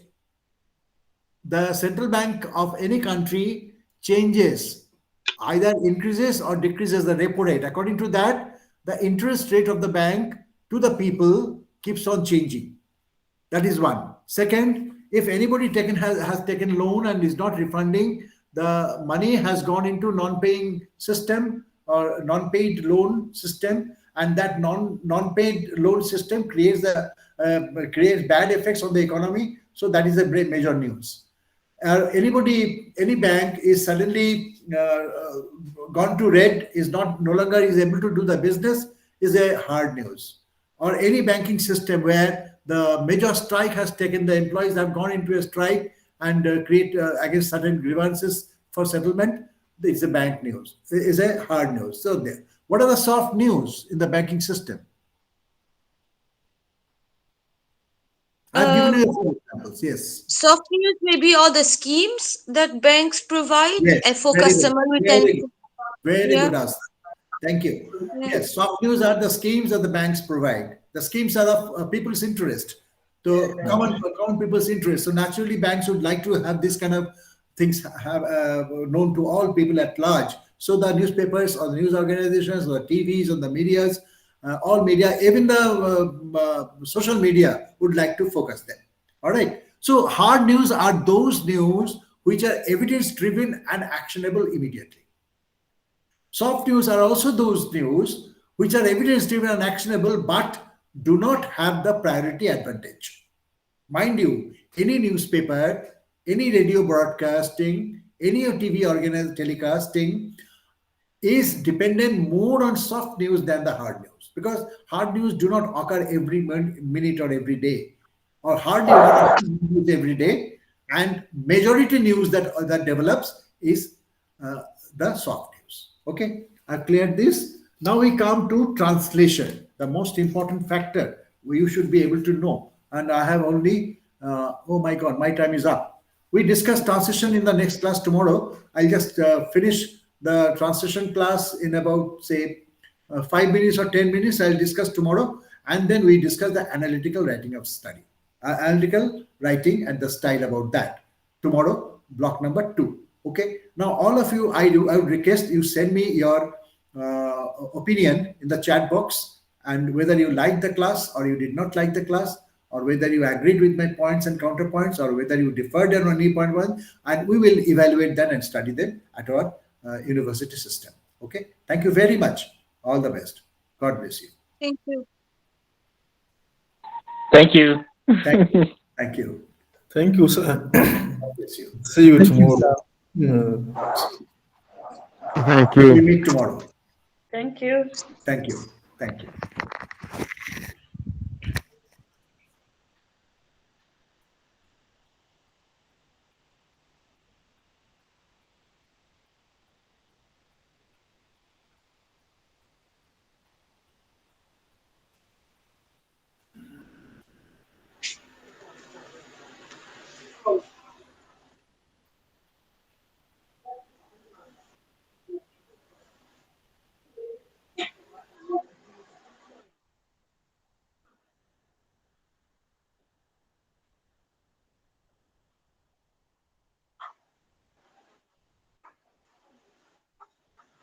Tango, Tionge, thank you very much.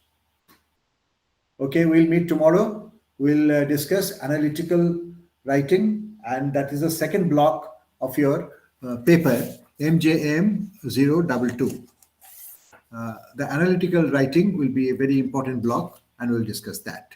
Thank you very much, Elaine.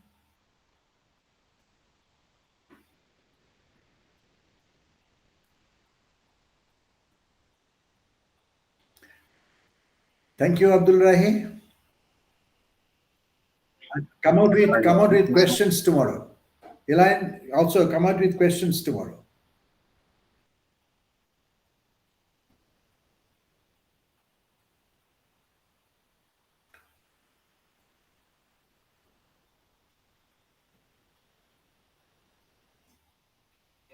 I finished the class. I finished the class. Okay. There were 17, I think.